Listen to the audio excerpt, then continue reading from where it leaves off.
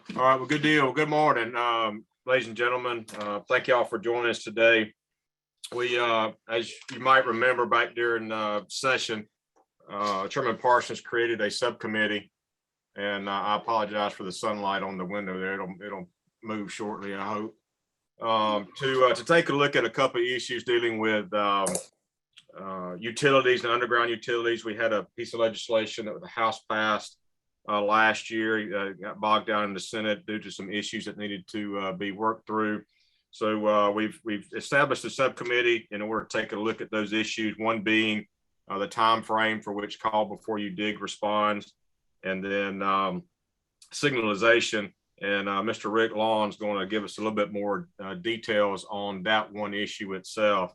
But thank you everyone for joining us today. We do have quite a list of speakers. What we're going to do is we're going to ask everybody to hold their comments to 5 minutes. With that, we're going to be right at just under 2 hours, I guess, thereabouts. So the quicker we can get through the comments, and some of it may be repetitive with the groups, we've tried to pare it down. But thanks each of you for joining us today. And Representative Smith, you want to open this up with a word of prayer? Sounds good. If y'all will, let's go to the Lord in prayer. Lord, thank you for this gorgeous day we have today, and thank you for the many blessings you've given each one of us and our state. And we ask that you be with our state and our nation. Guide us right now. Help us all to understand that we all have a point of view. Help us all to remain calm, give us patience, and let us do the things that are right for the citizens of the state of Georgia. In Jesus' name we pray. Amen. Thank you, sir. All right, with that, Mr. Rick Lawn, are you on with us? Yes, sir. Yes, Mr. All right, I'll turn it over to you. Thank you, sir. All right, let me see if I can project here. It looks like it. Can everybody see my screen? Yes, sir. All right, thank you, Mr. Chairman. All right, let me start by thanking you, Chairman Meeks, and all the representatives of the Special Subcommittee for providing this opportunity today. In addition, I want to thank Representative Smith for sponsoring this bill last year to help improve damage prevention in Georgia. And also I want to thank Senator Tippins as well. He's always been engaged on damage prevention efforts for us for the benefit of Georgia. So I wanted to start with that. To introduce myself, I am Richard Lawn, or Rick Lawn.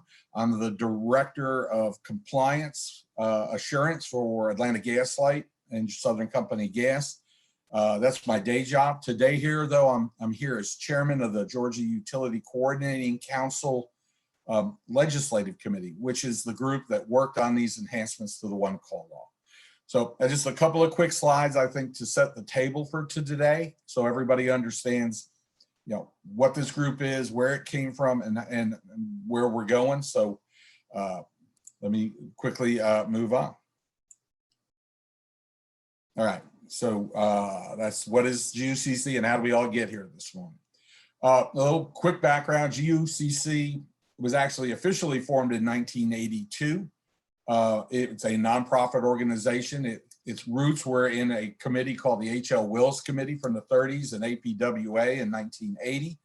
And it's a state level committee with 7 regions. As you can see, at least 56 county committees and over 1,500 members that work for all of the entities that are participating in GUCC. Those stakeholders include Georgia 811, the utilities of the state, GDOT, the Georgia Public Service Commission, the contractors, locators, and local governments. So it's everybody that's engaged in damage prevention in the state here. And the organization was formed for the purpose of enhancing communication, coordination, and cooperation. We figure if we couldn't talk to each other, we would never solve the problems that come with dealing with an issue like damage prevention. And so communication is certainly the key. This next slide is, you can see, this is what we call the hub. GUCC does a lot of different things, and they try certainly to stay in the background and just work as an organization. We're here today because of legislation, And as you can see, what I've done is I highlighted in green all of the aspects of things that GUCC works into that really roll into this legislation. So public safety, excavation practices, marking, compliance, they're all in here. And they're also critical to keeping the citizens of Georgia safe and connected. Just a little background on how we got to this specific point in time. The GUCC Legislative Committee only meets when we think that there are things that need to be done to the one call law. It's a big committee, as you can see, over 60 members. We started work on looking at enhancements for the one call law back in May of 2020. That committee met for over 30 hours. As you can imagine, with 50 to 60 people on the call, 30 hours is a lot of brain power going into the technical aspects of the bill. And we did it. We started this process because we had certain issues that we had been identified by the federal government and also by members of the committee where that would be enhancements that we needed. The driver, though, was the federal government basically said, we need to include 911 in our law that says you call 911 if you hit a gas line. Without that, there was a risk that they would penalize the Georgia Public Service Commission or the entire state for our law not being as effective as it should be. All right. This process as a legislative committee has been used 7 times since GUCC formed in 1982. So we've been to y'all many times over those, 38 years, 39 years. Our goal has always been to strive for consensus with GUCC, although we're not always successful. I mean, this is out of those 7 times, only twice have we had issues that were non-consensus when we got to the legislature, this being the second time. And that's what's brought us here today. House Bill 449 is submitted by Representative Smith, addressed all of the consensus enhancements. It's not passed by the legislature yet, but it is out there at this point in time. And as Chairman Meeks just referenced, there were 2 issues that were left to be discussed. And you see them on the screen there. The first one is the one I believe he indicated we were talking about today. The parties that developed and support HB 449, you can see them all on the screen. That's 17 organizations representing the major utilities, the major excavator groups, cities, counties, GDOT, and the locator community as well. So a really good cross section of brains went into this bill, excuse me. So that's where we're at. The one entity that you don't see as support of this is the Georgia Public Service Commission, and it's for a really good reason. They're the enforcing authority, and so it's appropriate for them to remain in a neutral position. So I thank them for that as well. All right, my last slide, and then I'll get out of the way on the background is why it's important. And this is a picture. I want everybody to see it. Many of you may remember it. This is what can happen when people don't do what they're supposed to under the statute. This was a house in Clayton County, Georgia. Fortunately, nobody got injured or died that day, but 40 other homes were damaged. And if the incident had occurred 30 minutes later, actually 4 people would have died. The owners of the home showed up within 30 minutes just to come home, their daughter and their granddaughter. So this is why I keep this picture around me to remind me of why I do the GUCC stuff and why it's important to the state. And with that, Chairman Meeks, that's what I have to set the table this morning. I hope that works. Thanks, Rick, and thanks for the background and really framing the issues that we have here and why it's so important for us to talk about this. What we're going to do in terms of questions is for the committee. We're going to do it in groups. So the first 3 speakers will go, and then we'll pause for questions for those 3, and then we'll do the next group and this pause for questions as well. So that's kind of the way we will work it.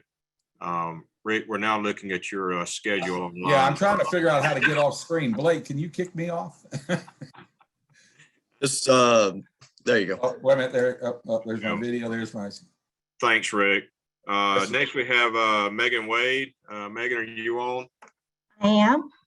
Okay, you're up. Thank you. Thank you for joining us today. Thank you for having me, Mr. Chair and committee members. I did have a few slides for us. Let's see. I don't know where we went. While I'm working out some IT issues here.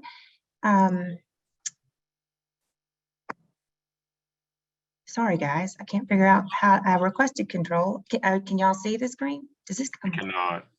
Oh, Blake, can you Okay. help us out there, or somebody from Media Services on? Yeah, are you hitting the share screen button down at the bottom there, Megan?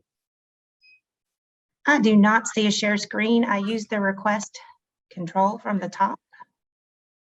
If you see down there where security, participants, chat, do you see I that? Bottom? Participants chat. Oh, there. There you go. Things don't work right when you're not in your home office, feels like sometimes. I apologize for We that. got it now. We can see it. Great, great, great, great.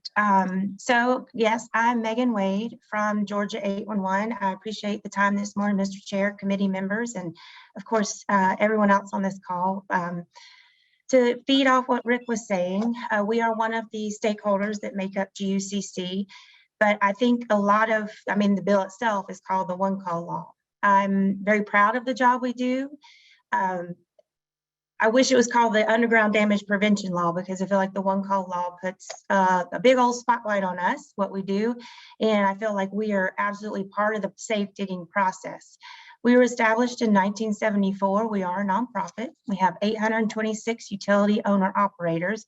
And as you can see here, we are a communication system. So we connect excavators and our member utility companies, and also contract locators. We are more than just a call center moving excavation information between parties. We try to educate. We try to get folks to be proactive, and we encourage compliance, which is a big part of why we're here. Is not only do we need to know how logistically to accomplish what comes out of this bill, we want to encourage folks to follow the letter of the law. Just like Rick's photo, this is how Georgia 811, that's our doing business ad. We're Utilities Protection Center of Georgia, UPC. That's how we're referred to in the law. Unfortunately, our incident did not have as nice of an ending as what Rick was saying about the family inside. This was an incident that occurred before the creation of Georgia 811, and also was the catalyst for the dig law. And it breaks my heart that this included children. But the goal here is for us to work together to prevent things like this from happening in the future. I thought we'd kind of look at the process, how we fit in, how we move information between folks, and our stakeholders. This is a little graphic I like to call the life of a locate request.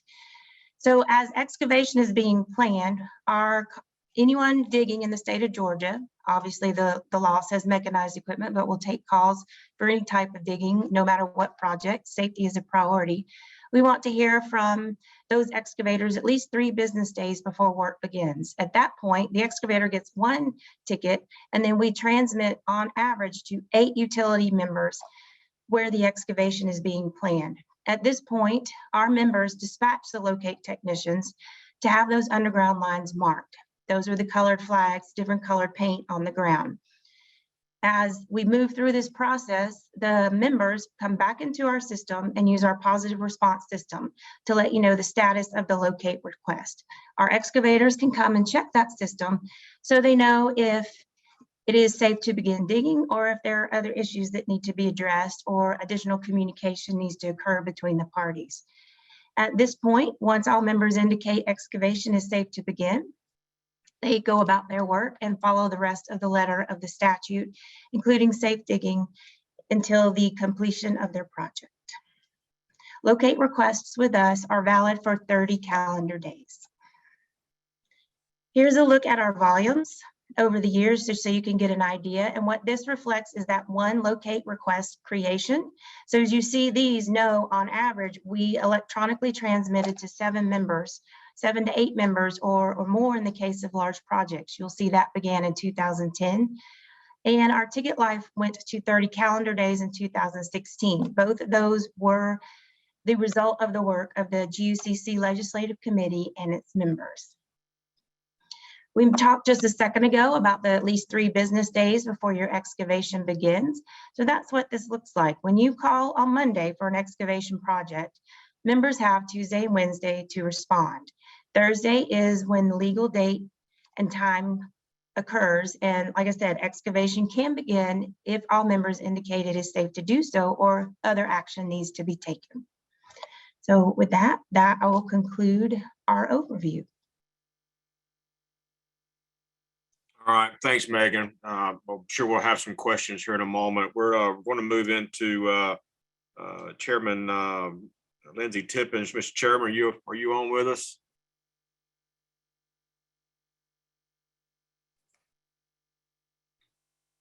He's signed in. I don't know if he's. Yeah, I thought I saw him earlier. Senator Tippins, you on with us?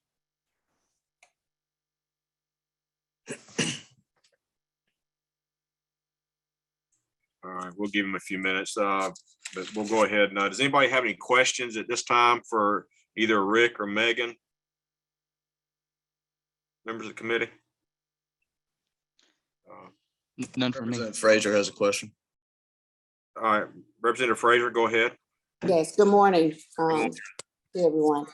My question is either for Rick Long or Megan Wade, just a little excavation 101. I'm still trying to understand this. Outside in front of my home right now is a lot of little white flags. And they've been out there now for about a month. And some of them are up, some of them are down. So,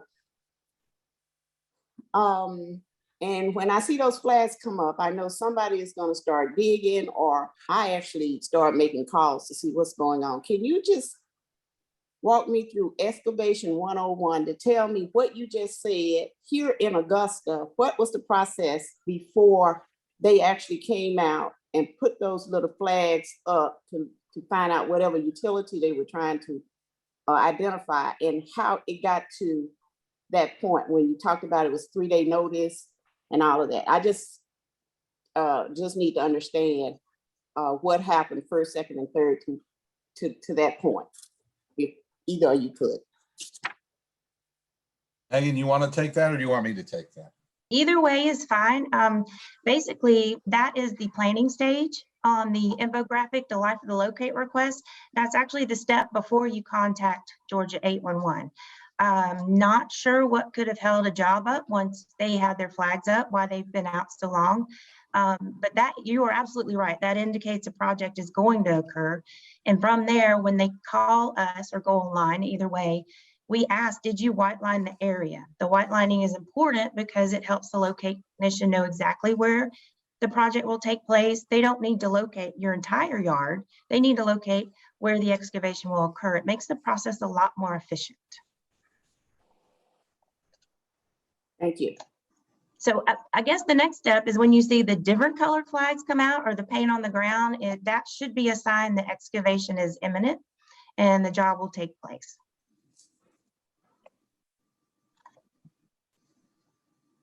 Right. Mr. Gullett, do you have a question? No, I'm good. Thank you, Stephen. All right. Chairman. The one thing that I had, and it's been mentioned a little bit as we've talked through the issues. Rick or either Megan, can y'all fill us in on why traffic control and traffic management systems were previously left out or exempt from the one call law? Chairman Meeks, I probably better to take that one. Ultimately, when the law was first implemented, it included pretty much just gas, water, electric, telecom, and traffic control wasn't considered or thought of as a utility at that time. Back in, if you think back to the 80s or 68 when the bill was first done, there were no underground components of traffic control, so to speak of. And the last time we really talked about traffic control or traffic management in the bill, I want to say it was about 15 or 16 years ago. Even then, it was still principally the only underground component, as we understood it at the time, was the electric to drive a traffic signal. In the 15 years since then, obviously technology has evolved, and you're seeing more now with the fiber between telephones, traffic signals, and then the signals themselves in the pavement. So that's why they were never put in, because there really wasn't a big underground component to traffic control way back in the day. And I would piggyback off of that. We do have some members who do have their traffic signals. that are part of our membership, even though it is not required. Okay. All right. And does the law allow for individual utilities or companies to have their own one call center? The way the law is stated, there should be no duplicative center in the state of Georgia. That kind of, it's hard to be called a one call bill when now we're asking for multiple calls and multiple points of communication. Okay. All right. Okay. Any other members have any questions? Representative Drenner. Good morning, and thank you for that useful information. I received an email last night from my county regarding the new portion of the bill that deals with traffic control devices and traffic management systems. And their objection specifically is that well, it's twofold. First of all, that it's a very costly provision, and that the time frame for implementation of that particular provision, 48 hours, is a tremendous financial burden. And I just wanted to hear from one of the presenters or both of the presenters, what was the thinking behind the time frame associated with that, and have they monetized the cost that the counties ultimately will bear the burden regarding this? Ms. Drenner, for this particular hearing and this agenda, what we've got two separate issues that we're going to talk about. One being the signalization part of it, and then the response time, the 48 hours that you mentioned. We're going to take that issue up at a different time in another meeting. So because since we've got the excavators and the signalization part of it on this agenda, but we will take that up at another meeting. Is that okay? Oh, that's fine. I've just chimed in because it seemed like that conversation was heading in that direction. Yes, ma'am. We will get to that issue. It's a big issue, but we're going to take that up at the next hearing to address that. Okay, great. All right, great. Thank you. Mr. Chairman, good morning. How are you, sir? Mr. Chairman? Chairman Meeks, this is Lindsey Tippins. Yes, sir. You'd called on me a while ago. I could hear y'all, but I could not get back to the screen for some reason, but finally negotiated my way back. But that's okay. The floor is yours, sir. Thank you for joining us today. But just very briefly, as was pointed out, the 811 bill was passed in 1982, 39 years ago. It's been addressed 7 times, so it's not an issue that comes up every year. And when this came up last year, I am a utility contractor and have been since 1969. So we have been very much compliant in this and affected by it and agree with it, because it's clearly a safety issue. The locate law keeps us from having disruption of services. It does not inconvenience the public, but it also saves lives. So I'm very much in favor of the locate bill.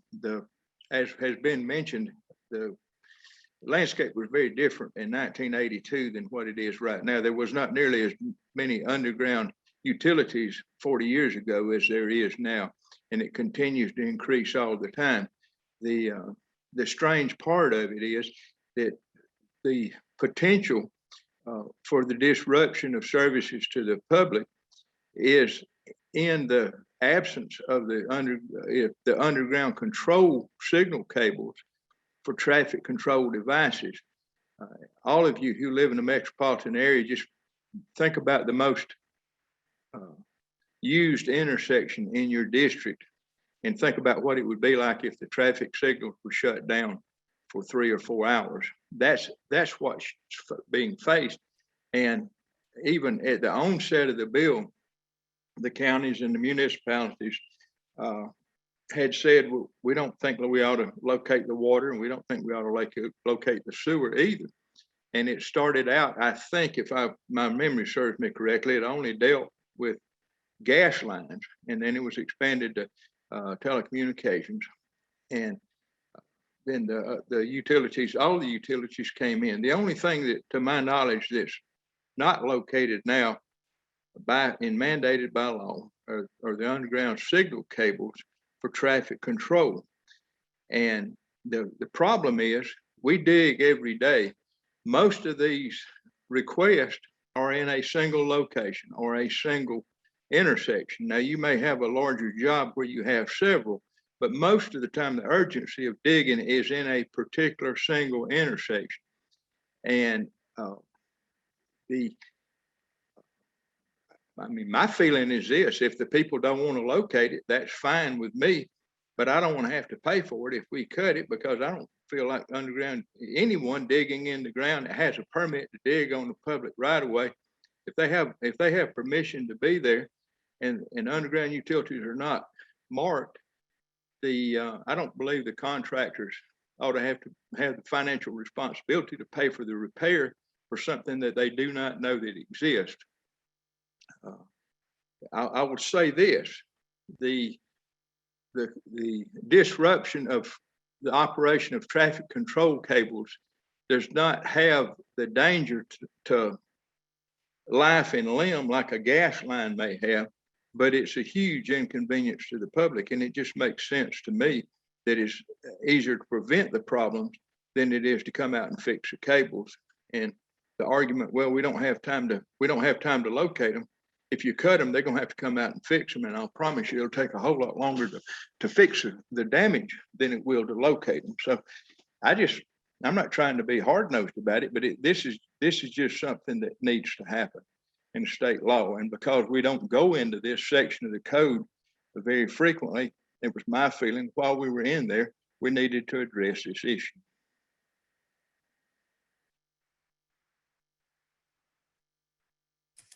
You're muted, Chair. Sorry about that.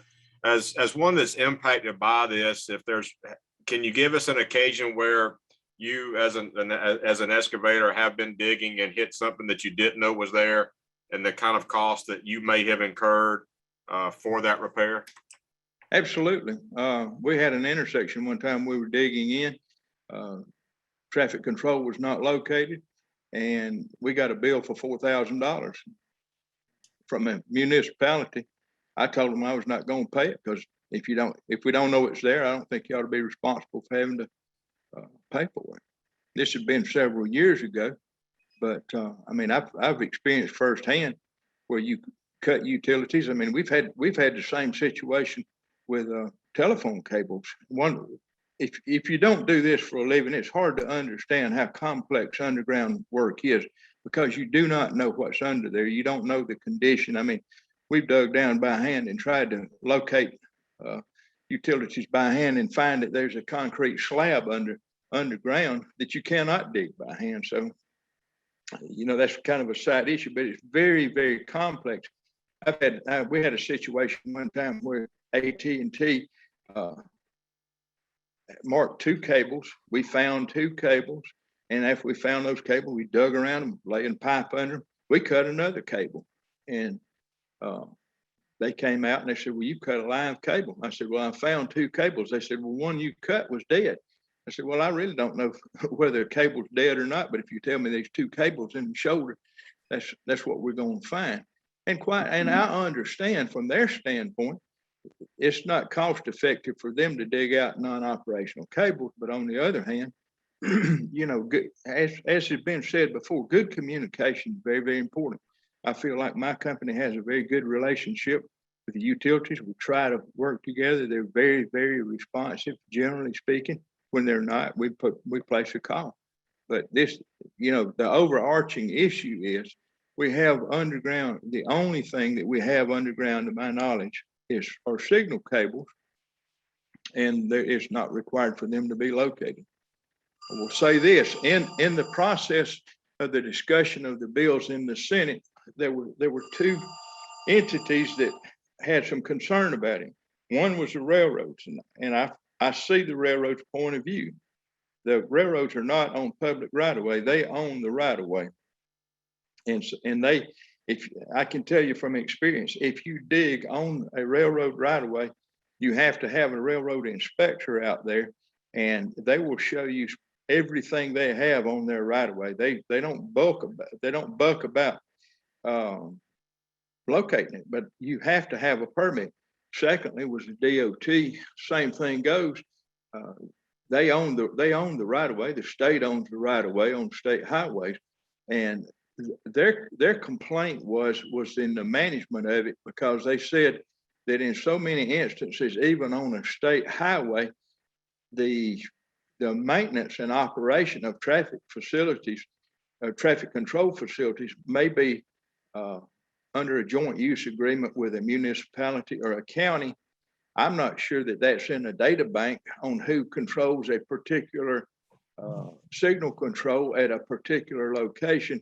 And they said, look, we've got that information. If you're on a state right of way, if you will call a one call number that we'll provide, we'll make sure that whoever the correct entity is gets that. Now, it's a matter of logistics. I don't claim to have an answer on the best way to do it, but to accommodate the DOT and their different arrangements and agreements that may change, and even the changes, just I can think of several intersections within Cobb County within the last 18 months. The traffic control system has been completely reworked. Yeah. So, and while you may call the DOT, in most instances, it probably would not be DOT personnel locating it, but it may be either a subcontractor or a city that's contracted to them. And that's the reason they requested for a statewide one call number for DOT right away. I thought it was a reasonable request. Okay. Mr. Gullett, do you have a question for the chairman? Yeah, I do. Thank you, Chairman. Chairman Tippins, quick question. We talked about signal control. I'm not super familiar with the traffic signal process. So is that what signals the traffic light that there's a car waiting, to turn, or is that something related to power? Because I know earlier you said, this isn't like life or as much as an explosion hitting a gas line or something. But in my mind, if there's a traffic light that goes out, that potentially that is a lot of risk, especially at the high speed intersections. So can you tell me what the traffic control signal does and what happens if you cut it? It's all of what you mentioned. It may be sensors and that are the concrete's cut. Sensors are embedded within the asphalt or concrete itself. Those cables run to a control box on the right of way. That control box has a power source coming off of a power line. Most of the time, those power sources, I say most of the time, in the past, they have usually had an aerial cable, but they have started burying a power line to that control box. But that control box has the sensors that go out in the pavement. They also have the control cables with the power going to the signals themselves that are hanging in the intersection.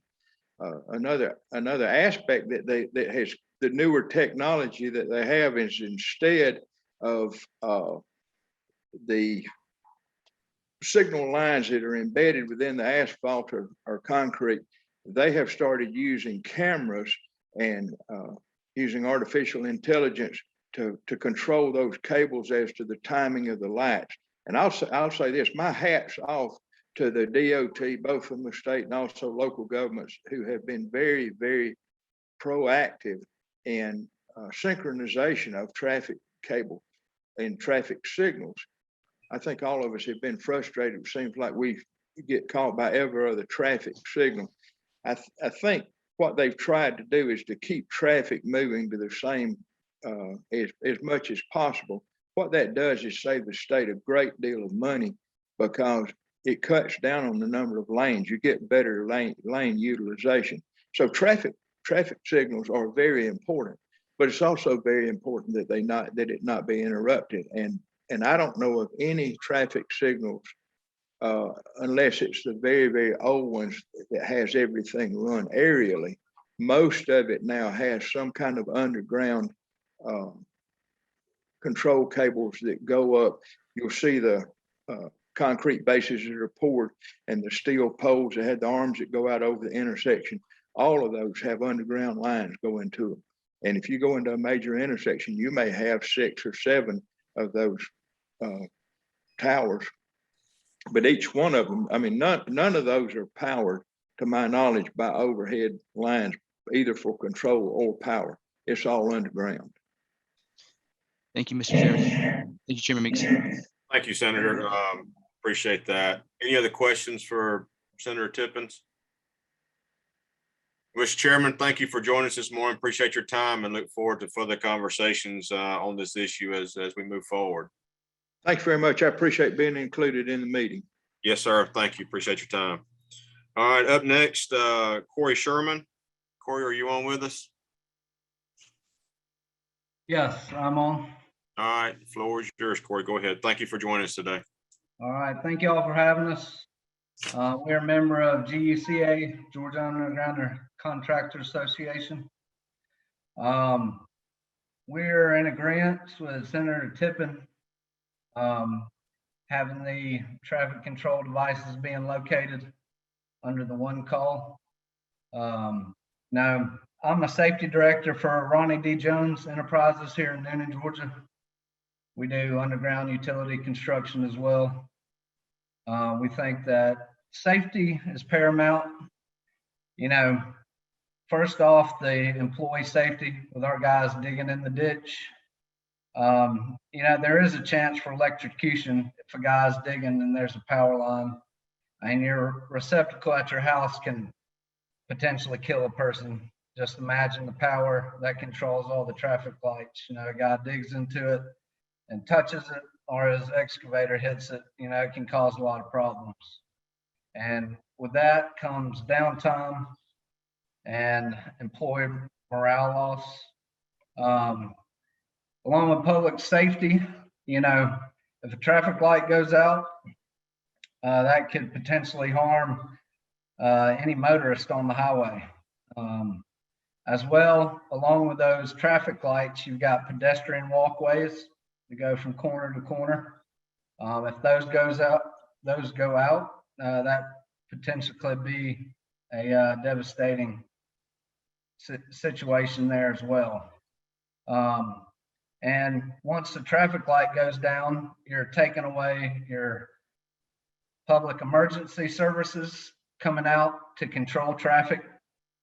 I know here in Noonan, we've got a couple major intersections that if the lights go out, traffic's gonna be backed up. They're gonna need at least 6 or 7 cops out there to control the intersection.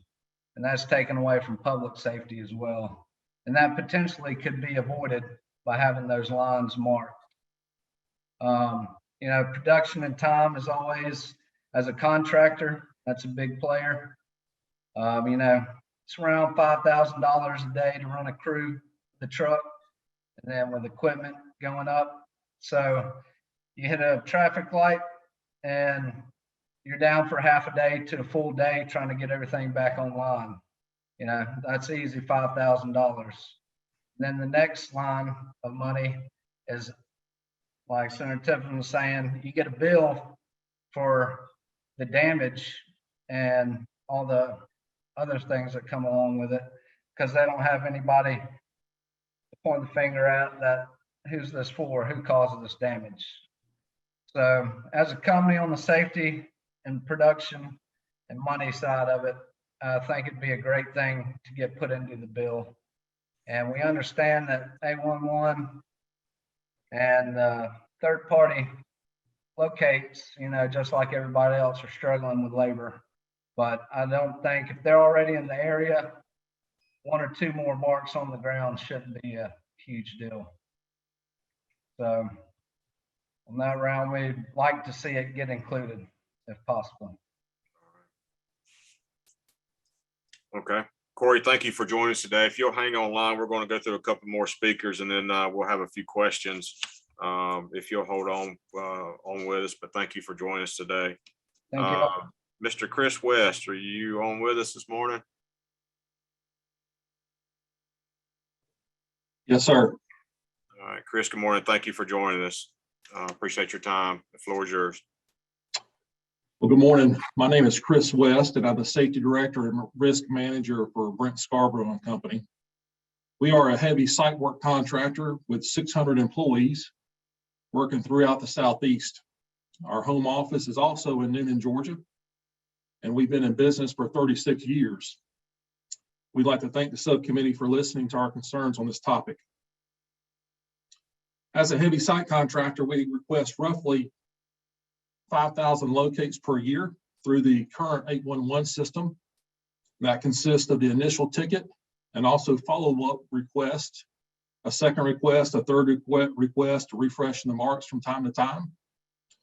We also participate in large project tickets and also damage tickets when damages occur to underground utilities, whether they're marked or unmarked.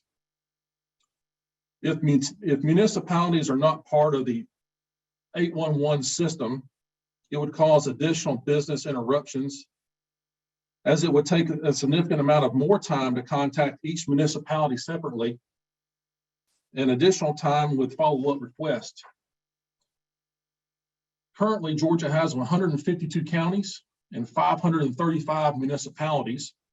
And this would mean instead of contacting one center, the current 811 system, anyone requesting a locate ticket would potentially need to know 535 separate phone numbers with separate contacts for each county, city, or town.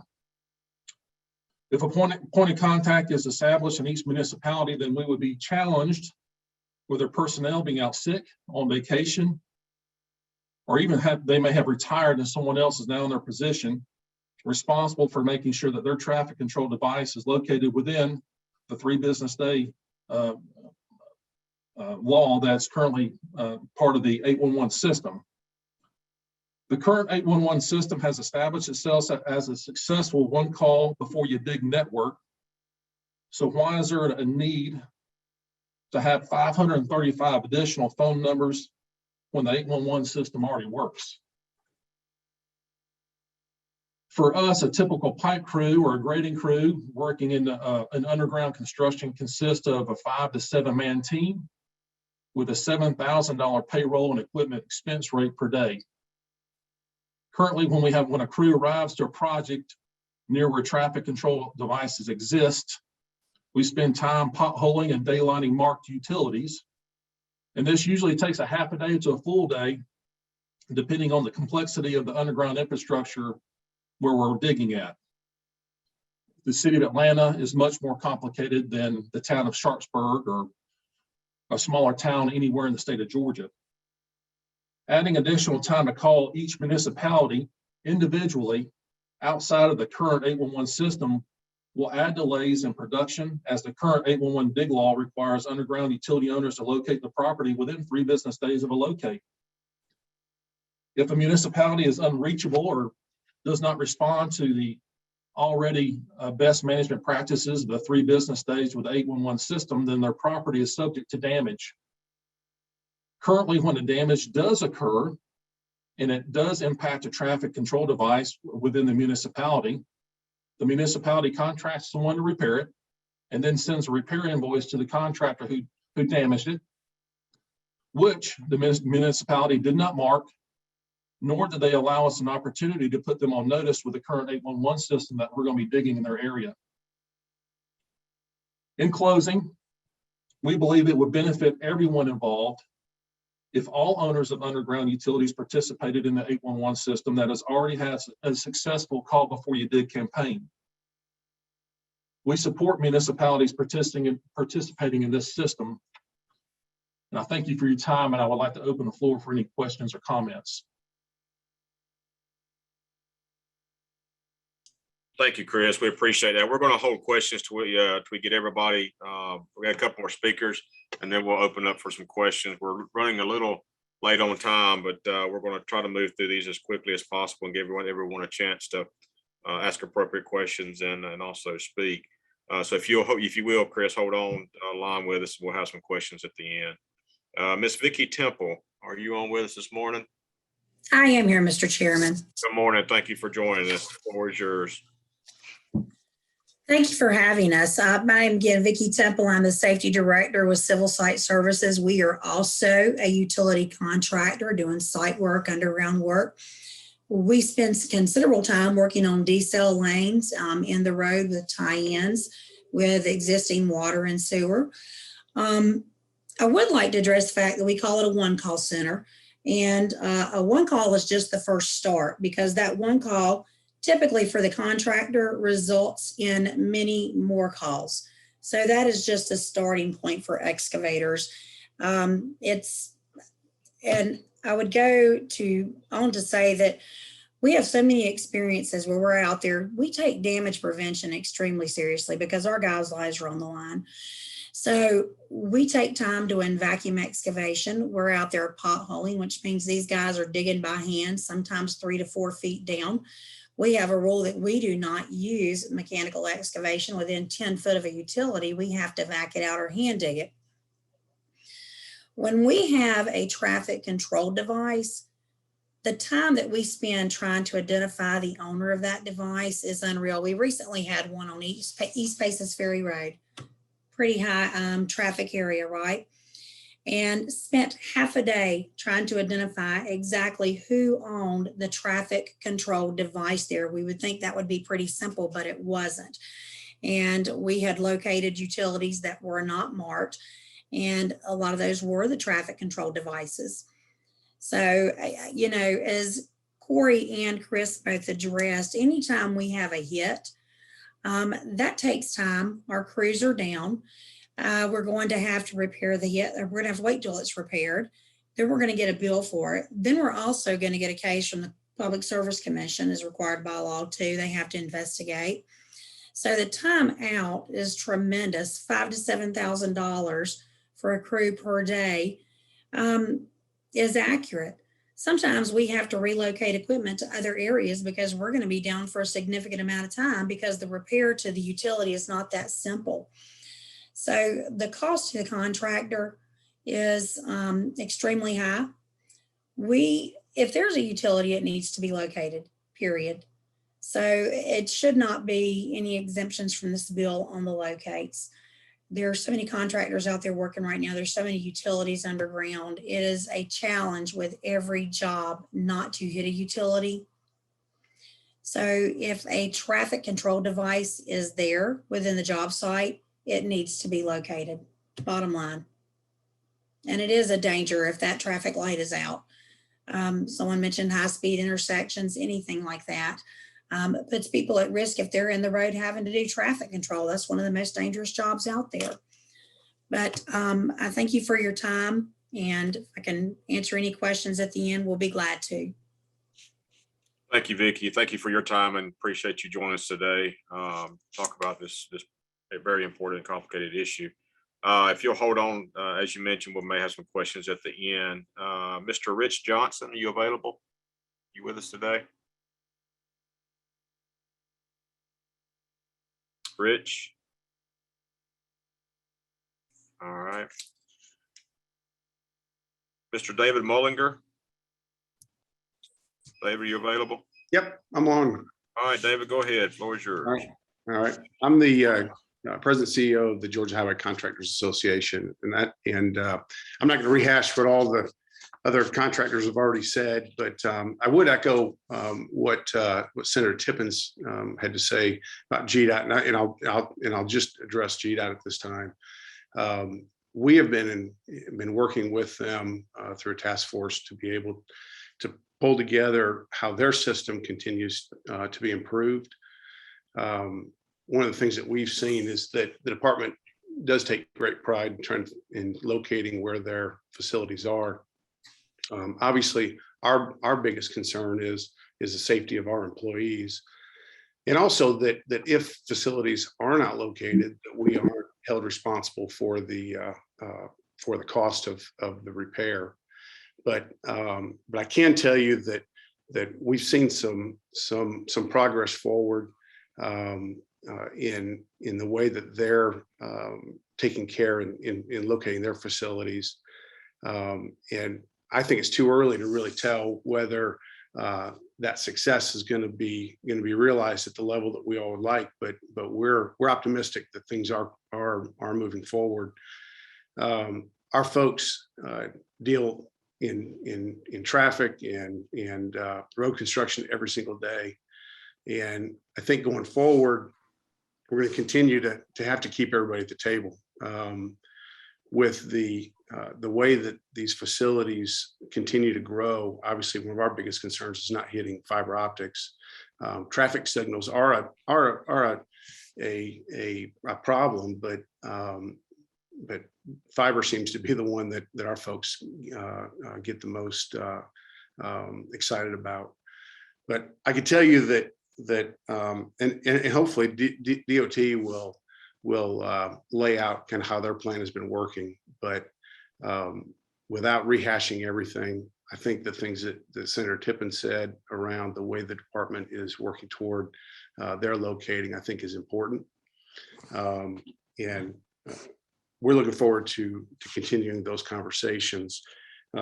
We've seen some pretty good success with large project rule, and I think this can be a lot like that, where it forces them to the table in locating the facilities throughout the project. So I would just encourage the group to continue to keep working together and to provide the safest working environment that we can for our employees. That's all I've got.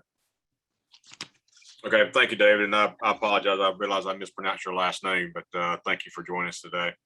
Mr. Rich Johnson, AT&T, are you on? Okay.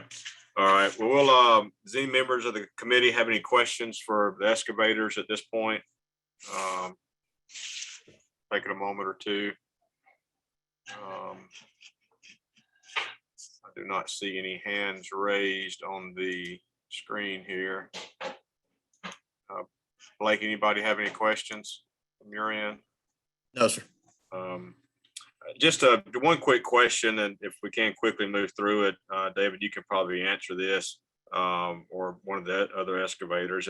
If traffic control or management systems are not included in the one law, how do you get them located as you're beginning a project? Well, I was really addressing GDOT's facilities. We're working directly with those districts on a regular basis. So we have a little different relationship than maybe some of the others have. Okay. So we're in direct contact with them, and I would invite the others on the call to talk about their experiences, the contractors. I think a number of them laid out some pretty good points that I think would answer your question there. Okay, Chris, Vicky, or Corey, one of you want to chime in on that one?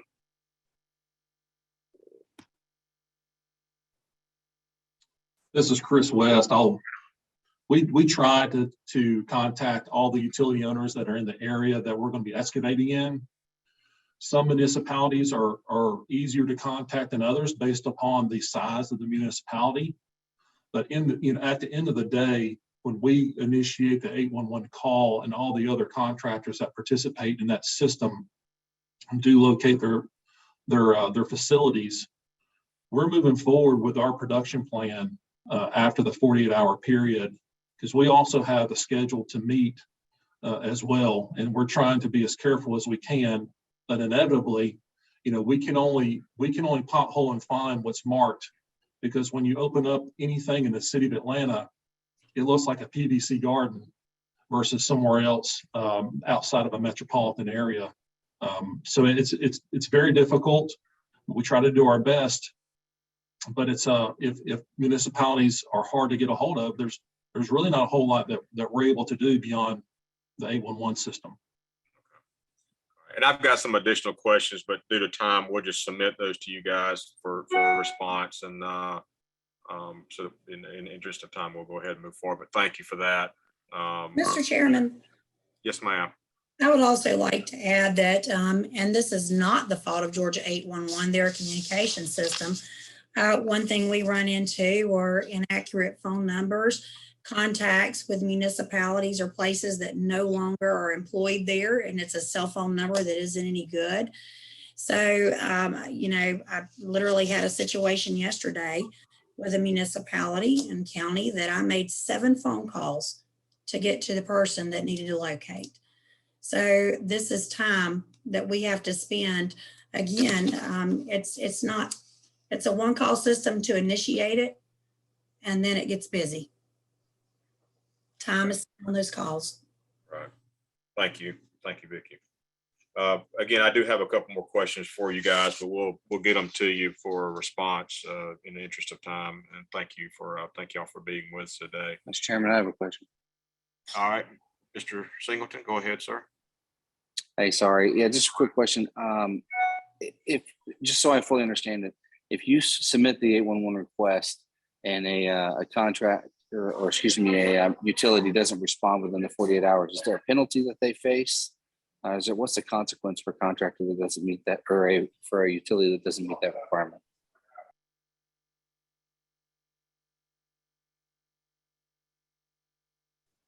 Rick, Rick, are you still on? Yes, Mr. Chairman, I can answer address that. Yeah, if it's a utility that's covered by the one call statute today, if the locating is not done, then an excavator has the opportunity to submit a violation of the Georgia Public Service Commission. They're the enforcing authority. Fines can be up to $10,000, although they do a lot of offering of training as well. To the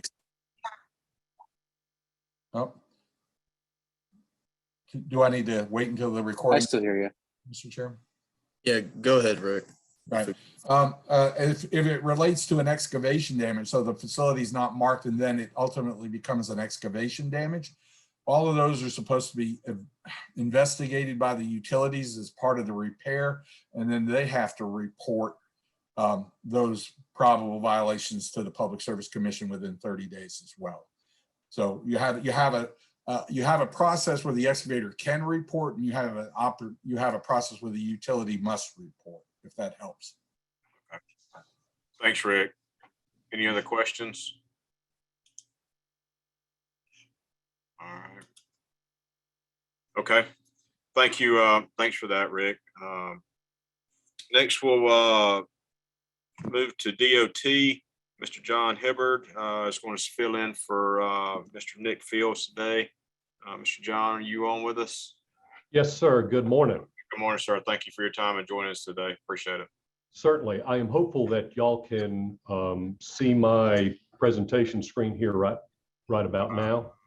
Yes, sir. It is up. Excellent. Good.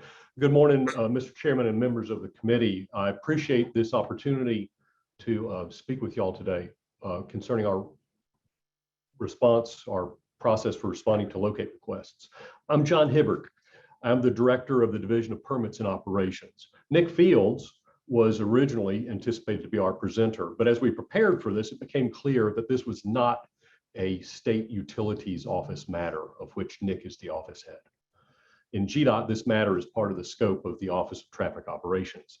And in GDOT, both of these offices are part of the Operations Division, of which I'm the director. So I am the one before you here today. Just briefly, I'm going to touch on the problem to solve, some points of clarification, which I think will go to great lengths to help clarify some of the questions that have been brought up to this point in this meeting.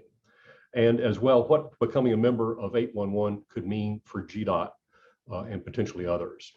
The problem to solve from our perspective is protection of GDOT's underground signal and ITS infrastructure, or traffic management systems as referred to by Mr. Long.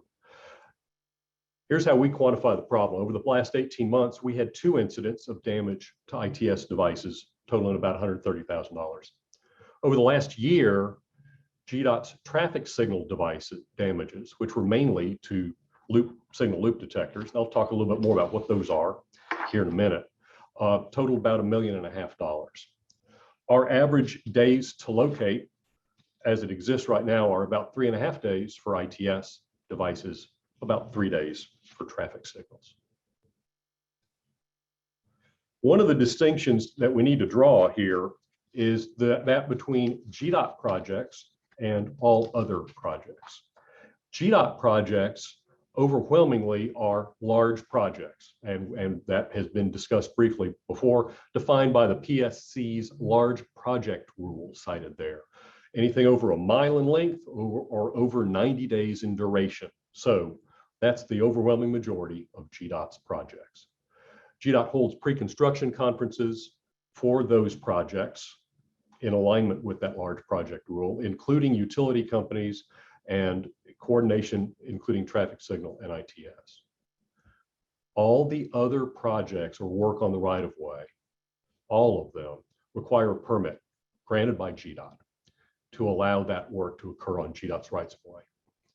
Those permits, which are typically developed through a little bit of back and forth between the permit requester and the department, explicitly include locate request information and requirements. So the permit requester, even before they are in receipt of the permit, is in conversation really with Georgia DOT. If we were forced to join 811, none of the things that I just cited under all other projects changes. None of that goes away. That permit doesn't go away. The information contained in it does not change. Another distinction to draw is ITS and traffic signals in one hand, utilities in another. Utilities are addressed deliberately and explicitly by the DIG law. DIG law was developed for a public safety purpose, and you saw good evidence for why it exists in earlier presentations. It's to ensure that the public was not put at risk due to damaged utilities or their impacts. Traffic signals and ITS devices do not pose that risk to the public. They use the same electricity as household current, yes, even an entire traffic signal. They use LEDs now for the reds, the yellows, and the greens. They consume very little electricity. A comment made previously concerning a traffic signal going dark. That happens in Georgia. Summer thunderstorms do it. It happens with some frequency, unanticipated location, uncertain duration. The public knows well and does a really good job, really, of treating it as a four-way stop. Even a question that pops up sometimes on driver's exams. Note, almost all the damage that occurs to traffic signals is to the loop detectors, which are low voltage. They're not even household current. They're less than that. Those loop detectors, if they are damaged, cut, don't cause the signal to stop working. The signal still works. It still changes red and green and yellow. It may not do so quite as efficiently, but it still does it safely. In total, traffic signals and ITS devices aren't utilities. Pictures being worth 1,000 words. These are all ITS devices as we see them. You see dynamic message signs there, the two on the left, photos on the left. Cameras are those there on the right, 3 photos. I call out the rightmost photo to you just as an example. That is several devices actually on a 70-foot pole. That's typically what you see along the interstates in Metro Atlanta. There we use 70-foot poles. We've done that since the mid-90s, since the Olympics. By comparison, here's traffic signals. And you've heard comments about them already, and these just to provide some clarification. The leftmost photo is traffic signals hung on span wires, we call them. The wiring running overhead there, and you see poles that hold them up. You see poles for pedestrian signals. The middle photo is traffic signals on mast arms. And that's a location in Atlanta. You see there in the middle of that photo to the right of that white van, there is a big silver box, and I'll refer to that a couple of times. That's the signal controller cabinet. That's the brains of the signal. I've been designing traffic signals, or I've designed traffic signals for 35 years. And 35 years ago, I was designing traffic signals that looked like this. Photo on the right is one of those loop detectors. Saw cuts into the pavement, wire laid into those saw cuts, a sort of caulk-like substance that seals it up. Those wires are run back to that silver box on the corner. That's what detects your car. It's a really big metal detector. And it runs off of very low DC voltage. If you touched it, you'd be hard pressed to notice it. This is one of our plans. This is the drawings that we or our engineers prepare. And my point of focus is zooming in a little bit there on the far left. Those are those loops that are 350 feet perhaps back from the intersection. And you see the dashed line, that's the wire and cable that carries them in to the traffic signal cabinet. Those are the things that are at greatest risk of being cut. That's what's damaged most of the time. And nonetheless, the signal would continue to change colors. And in fact, with our current software and technology, we may well learn of it as it happens. How do we locate facilities right now? Email option with a form to download. There's a call-in option to our 511 system, our traveler information system. Locates, our target is 4 days, but as I told you earlier, we're at 3.5 days or 3 days, depending on if it's ITS or signals. We use existing district staff or contract staff to do it. We direct locate requests to local governments if the traffic signal on GDOT rights of way is not maintained by GDOT. And that is the case sometimes. We handle that. If we joined 811, the membership fee is estimated at $368,000 per year. That does not cause any locate to be accomplished. It just pays for the 811 center taking a call, as was referenced earlier in that really good presentation about 811. There are separate additional costs for each locate to actually be accomplished. More resources required to go from our 4-day turnaround to 48 hours. We would also have to provide mapping and update it and keep it current of all underground and signal and ITS infrastructure. How many more locates are we talking about? We don't know. All we can say is that it's an exponentially bigger number than we're currently handling, because any locate requester that is adjacent to our right of way, if they call in a locate and they're adjacent to our right of way, we get a locate request. We have 18,000 miles of right of way in the state. Any business or resident near an existing intersection, that would cause a locate to be called in. They're probably already working with us to get a permit, as I mentioned on an earlier slide. We maintain 4,500 traffic signals in Georgia, scattered all over the state. In summary, we feel we have a process in place to satisfy local locate requests. Certainly, improvements can be made, and you've heard reference to the need for improvements. We are certainly willing to improve the process. Inclusion of traffic signals and ITS into the law requiring us to join 811 would impact not just GDOT, but cities and counties as well. We commit and welcome the chance to work together with various stakeholders, you see them here, on improving customer service, on improving our accountability and responsiveness and tracking. And we support the original bill as it was filed. In sum, the signals and ITS devices aren't utilities. We really wouldn't know where to start to estimate how many locates we would have to field and accommodate due to the way that adjacent property owners are notified. We have a process in place. Would it benefit from improvement? We think so. We swung in March and April as this matter came up, and are still working and tweaking and implementing to ensure that all of the various channels that we use to inform contractors and the public. I know I've put a lot of information in front of y'all today. I thank y'all for your attention and your time. Thank you, John. Do we have any questions from members of the committee at this point for DOT?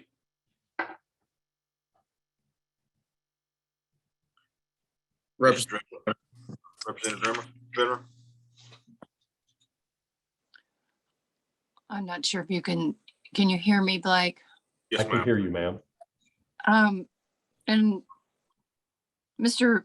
Fields, I don't mean to put you on the spot right now. I just want to, your presentation was very interesting, and it seemed contrary to earlier speakers.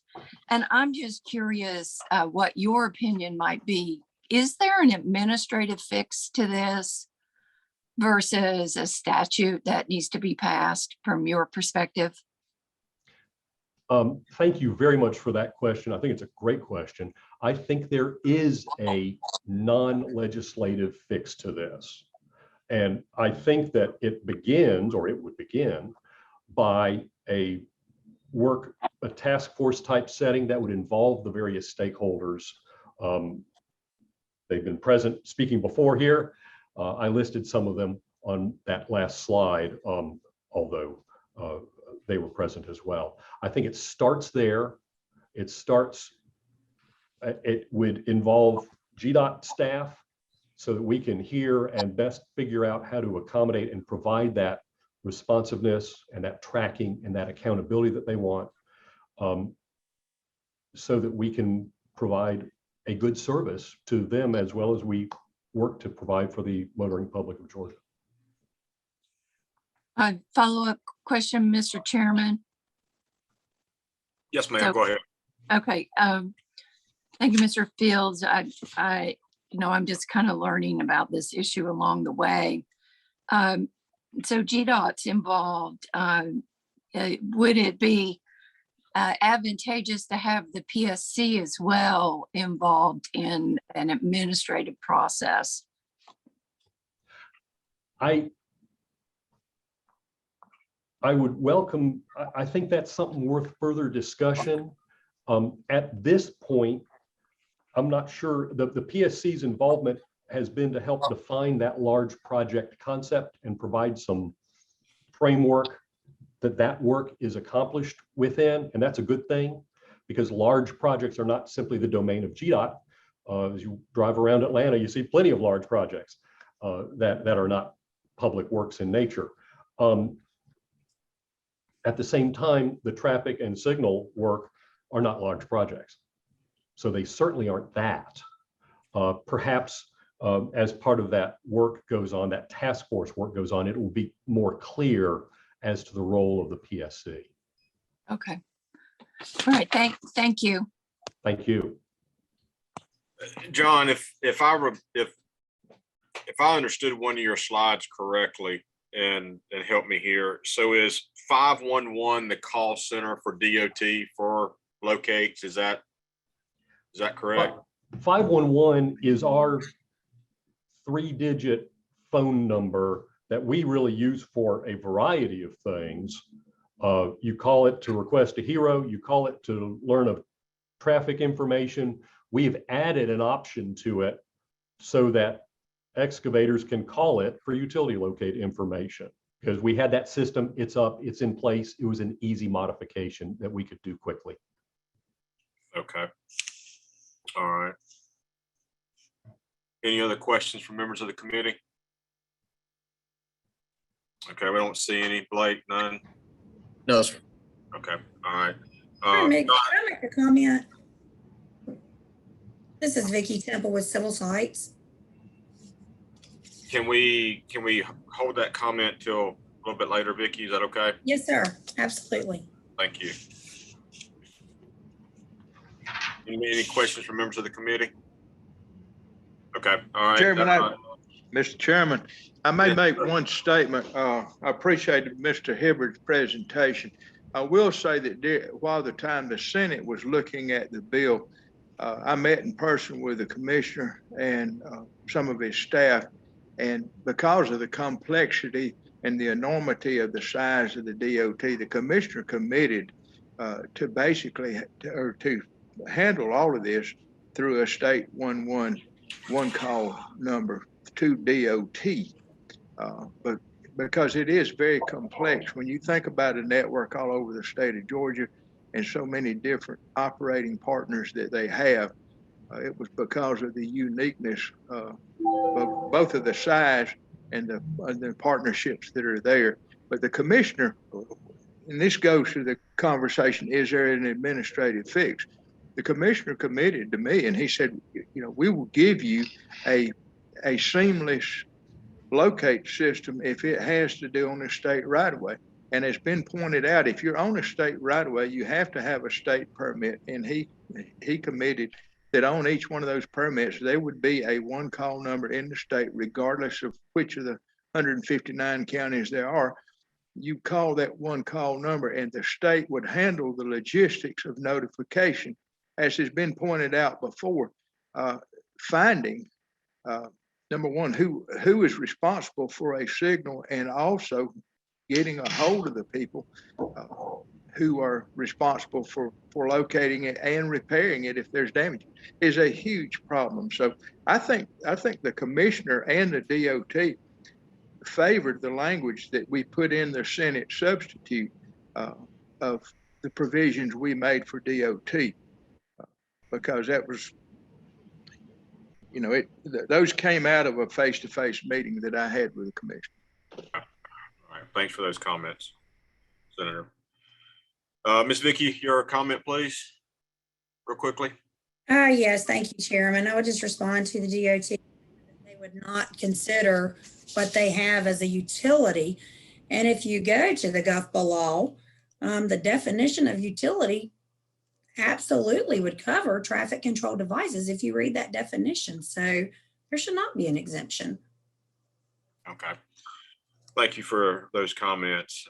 John, thank you for joining us today. If you'll hang on, we may have some questions as we get through the next group, but if you'll remain with us, we appreciate it. Be glad to. Thank you all very much. Thank you.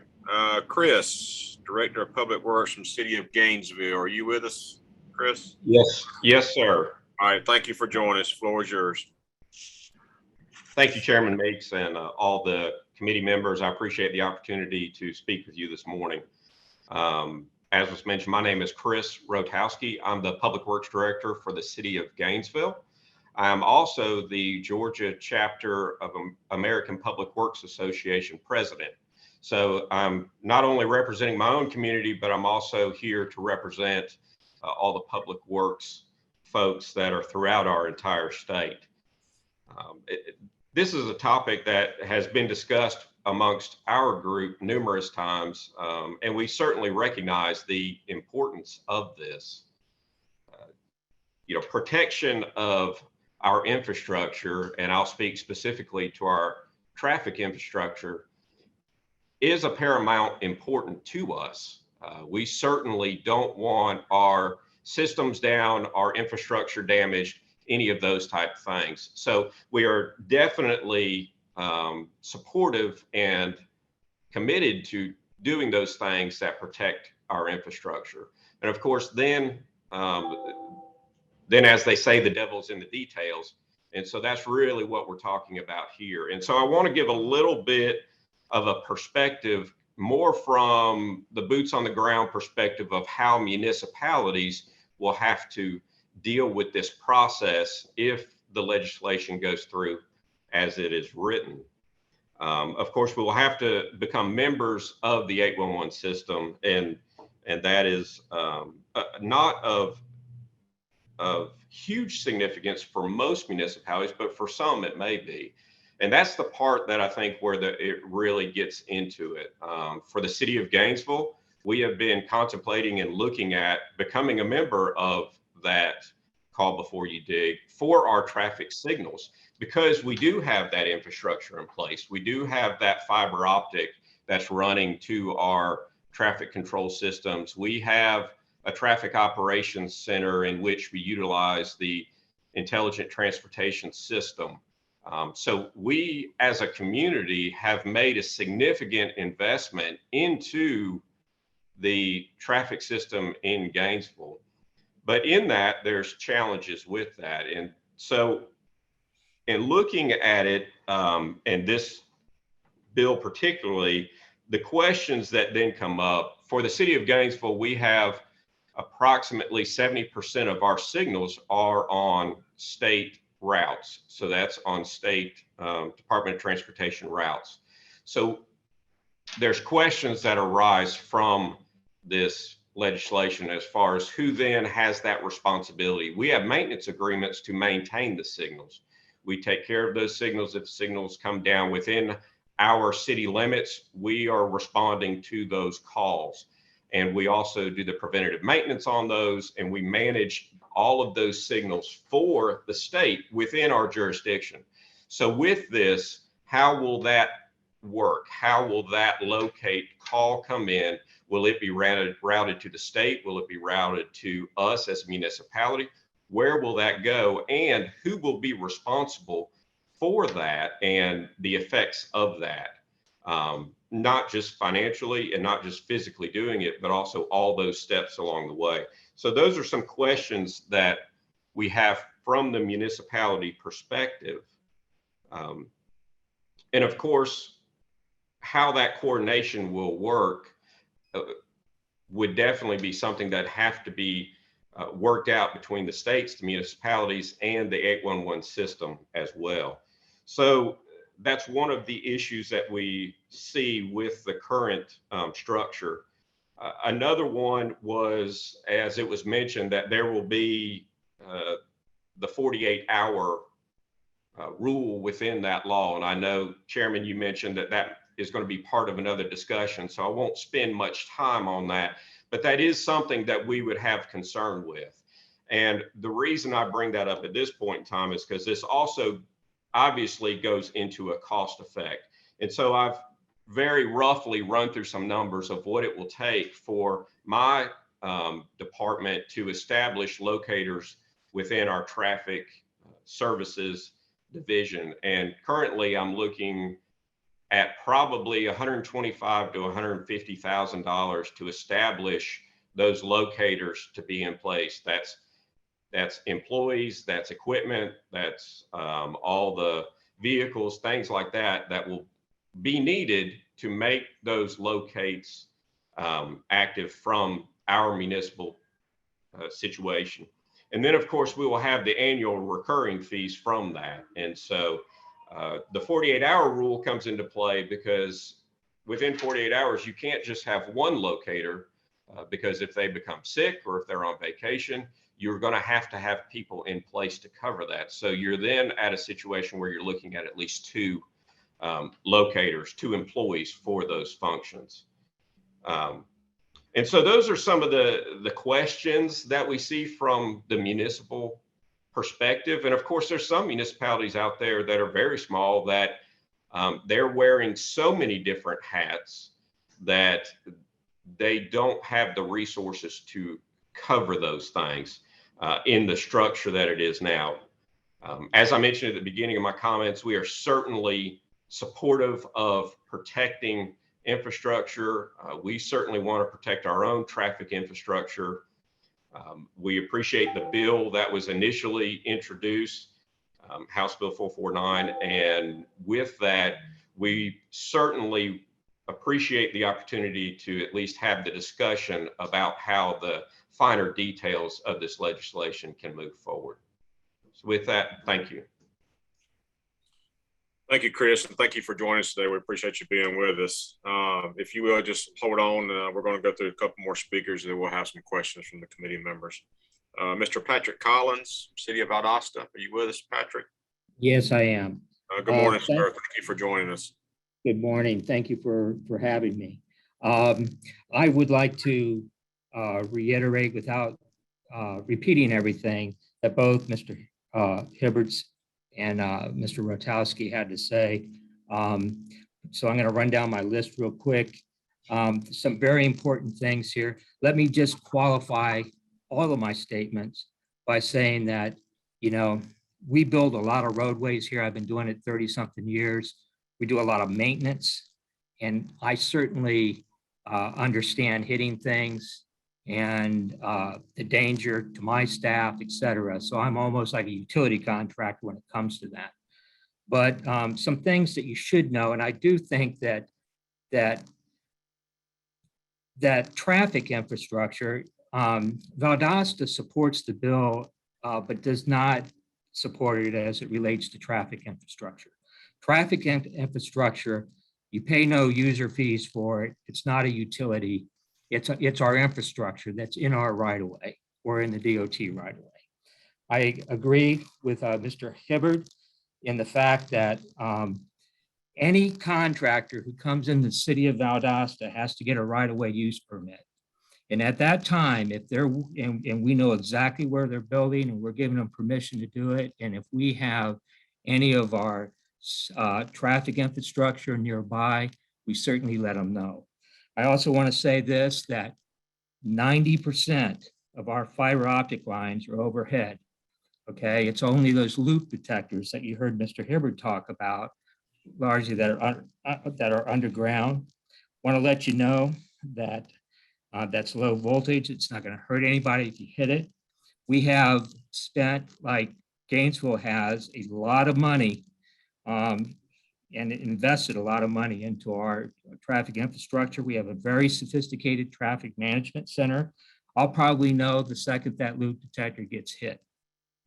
The lights do not go out. The traffic signal does not go out. It goes into a fault mode, which means that the maximum time, as soon as travelers who use that intersection all the time realize that they're sitting there longer than normal, we typically will get a phone call if we haven't determined it. But the signal will still function. And in those cases where you lose total power, you get those in storm events all the time. Again, you treat it like a four-way stop. In Valdosta, at every one of my traffic signals, let me go back and say this, I have 128 signalized intersections in town. 90 of them are on the state highway system. And 38 of them are off system. They're owned by the city. So similar to Gainesville, we're 70-30 mix. We are under contract with DOT to maintain more than just a traffic signal, but to maintain their infrastructure through the cities. The city has about 27.58 miles of DOT right-of-way running through town. We get paid about $96,530 a year to maintain that. And believe me, it's still not enough. It's about $3,500 per mile is what they do. Reiterating on what Chris Rutowski said, you know, it's going to take me 2 new technicians on my staff if I have to go out and have somebody full-time for the 48 hours. Looking at the ones that we do this right now for utilities, we spend about $125,000 a year for additional staff for those 2 technicians. So now I'm going to be adding that. If you look at that 125 and the 96,000 that we get from the state, okay, you know, that just wipes out everything that we are getting, which is already not enough. I'm going to tell you that most of our fiber optic lines are overhead or they're wireless. It's only down around the intersections themselves. Our protocol is, and Mr. Hibbard talked about the traffic cabinets. We always put the traffic cabinet on the corner where the electricity is coming in. And I can tell you that I don't have a cabinet in Valdosta that has underground electric to it, which again is like household electric, that's any further than 6 feet. Okay, typically it's 3 to 5 feet from the pole. So it's straight down the pole and we're going to go straight over to the electric into the cabinet. So it's real easy to figure out where it is when we have to mark that for folks.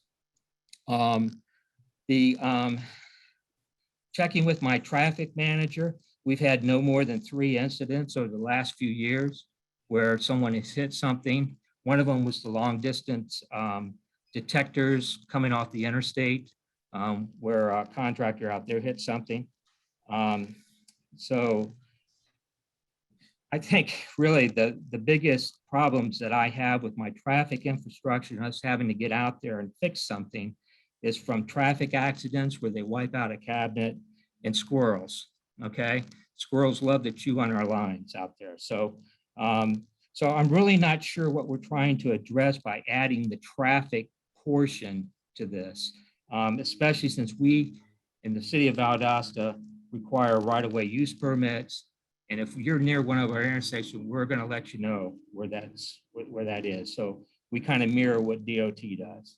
And so to us, as far as traffic infrastructure is concerned, it looks like it's a lot of additional cost and very little benefit. Thank you.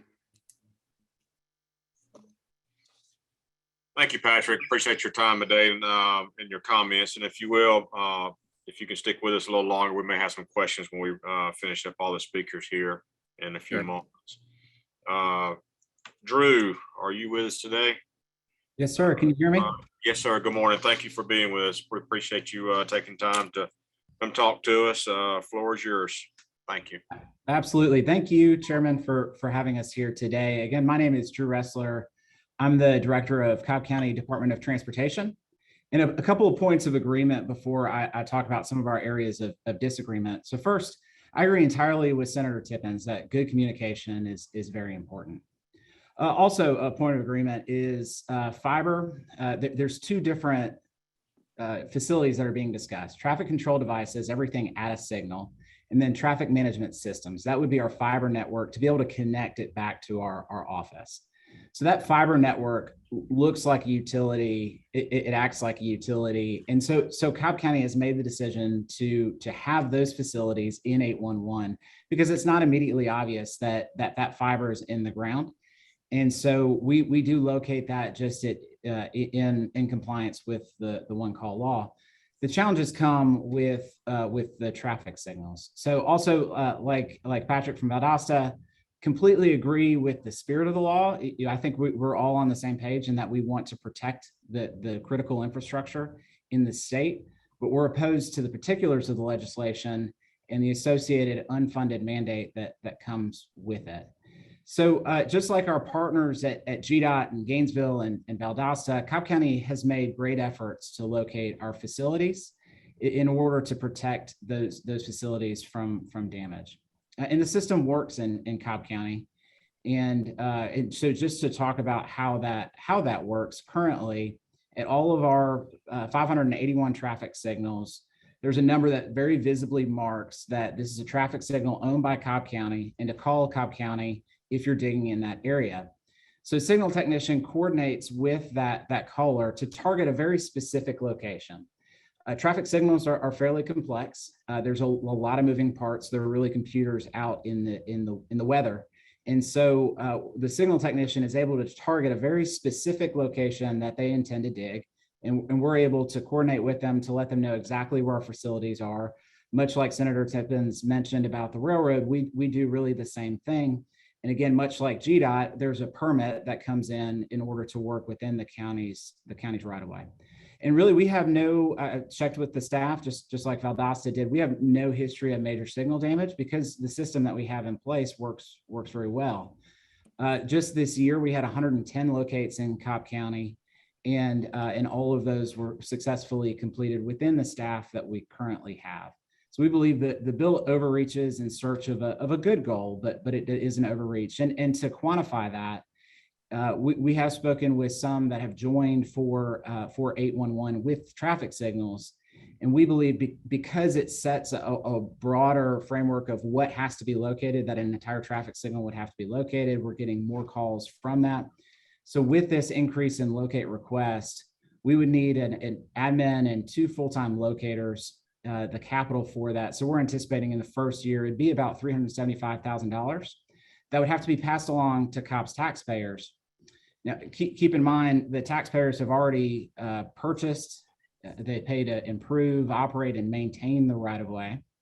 And then we allow that space for utilities to come in. So not only do they pay to purchase, improve, operate, and maintain the right-of-way, they would also be paid or have to pay to make that right-of-way available to utility companies above and beyond what we already do to protect the infrastructure. And so just in conclusion, I'll point out in the bill 25-9-10.1 of the bill, utility facilities within the railroad right-of-way are exempt from the provisions of the chapter. And the reasons are that for the same, the railroad has purchased, improved, operate, and maintains and permits any work within the railroad. The same applies to the county and to the state.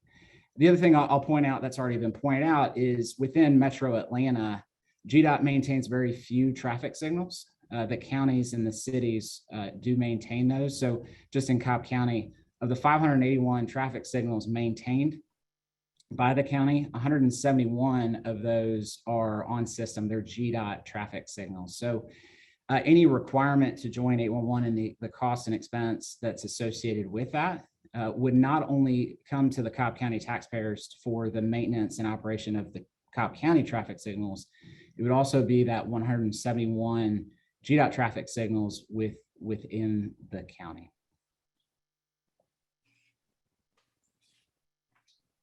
Okay, Drew, thank you. Appreciate your time today. If you will, please hold on the line with us. We've got a couple more speakers and then we may have some questions, but thank you for your time today. Last up, we have Miss Charlotte Davis and Mr. Todd Edwards. Y'all gonna do this duo team today? Yes, sir, if that's all right. Now, I was gonna be impressed if we could see you both at the same time on big screens. I was wondering how y'all were gonna do this. So. We've done split screen before. We adapt and hopefully you can hear us both. Charlotte, you want to begin or do you want me to? Todd, yeah, I'll begin. Good morning, committee members, Chairman Meeks. Again, I'm Charlotte Davis, Deputy Director of Governmental Relations at GMA, the Georgia Municipal Association. And a lot of our comments have already been shared, but just as our association sits, for all of our cities, we do have concerns about the removal of traffic signal exemptions that are currently in the bill. And this applies to cities regardless of the staff size or budget. Our municipalities really do across the state prioritize two things: public safety and coordination of utilities and right-of-way management in general. And throughout the GUCC legislative process, we've heard the concerns of contractors and are sympathetic to them having to make the extra call to the local government rather than the 811 call center for their locates. But just like GDOT and the city and counties that have already spoken and explained, it's very important to consider that contractors in nearly all cases are already reaching out to the local government, to the municipality, to pull a work permit for any associated digging or work in the right of way. And in these cases, the city has been properly notified and really should do their due diligence to mark and locate their own facilities. And it's a common sense damage prevention that any city is going to want to be proactive about, and that occurs locally now. We've already heard the concerns about the additional costs that this is going to place on our municipalities for removing the traffic signalization exemption. But there's also the practical administrative burden that this will place on other departments, public works or transportation, where we've heard staff is limited. I really just want to reiterate two things, Chairman. The locators that are currently servicing or city staff currently servicing multiple departments that are required under 811, gas, water, sewer, electric. But again, those are rate-based customers paying for that utility. This is just an infrastructure component that's being added as right-of-way management, but resources for covering those costs are more limited and handled differently because there's not going to be a revenue stream such as customers paying for the service. Finally, I do want to circle back to what Senator Tippins and the incident that he shared and explained. Our organization is in agreement and with incidences or supporting language that if a locator, if an excavator contacts the city and facilities are not properly located, a city fails to adequately mark them and a traffic signal is damaged after, we do think that the local government should be held liable for that. And we would support adding that language to this bill. We just believe it's a more reasonable approach than removing the exemptions completely. I'll conclude my comments there. Todd, turn it over to you, and then we'll be happy to take any questions after. Thank you, Charlotte, and thank you, Mr. Chairman. I'm Todd Edwards. I'm the Deputy Legislative Director with the Association of County Commissioners of Georgia. I know I'm the last one standing between y'all and a break or lunch, so I'll make it brief. What I planned to say was already covered by the local government representatives and Charlotte. Charlotte and I have worked very closely on this for several years now. I agree with her wholeheartedly on some of the points she made. What I think I'll do is use my time to try to make it easier for the committee members to understand just what's going on here, and that would hopefully better help them in understanding both not only the concerns and the advocacy of the utility contractors and those digging in the public's right of way, but also of local governments and the state government, those who are responsible for maintaining the public's right of way. The original effort was to include all traffic control devices and management systems, and I want y'all to please keep in mind that those are defined differently in state law and thus the bill in front of you. Traffic management systems, as pointed out by several others, those are the computer lines, usually fiber, run through. I think that's where a lot of cases they're getting hit. Traffic control devices, if you look on lines, and I'll give you the lines if you don't have the bill in front of you, lines 169 and 174 of the bill. This means all roadway signs, sign structures, or signals.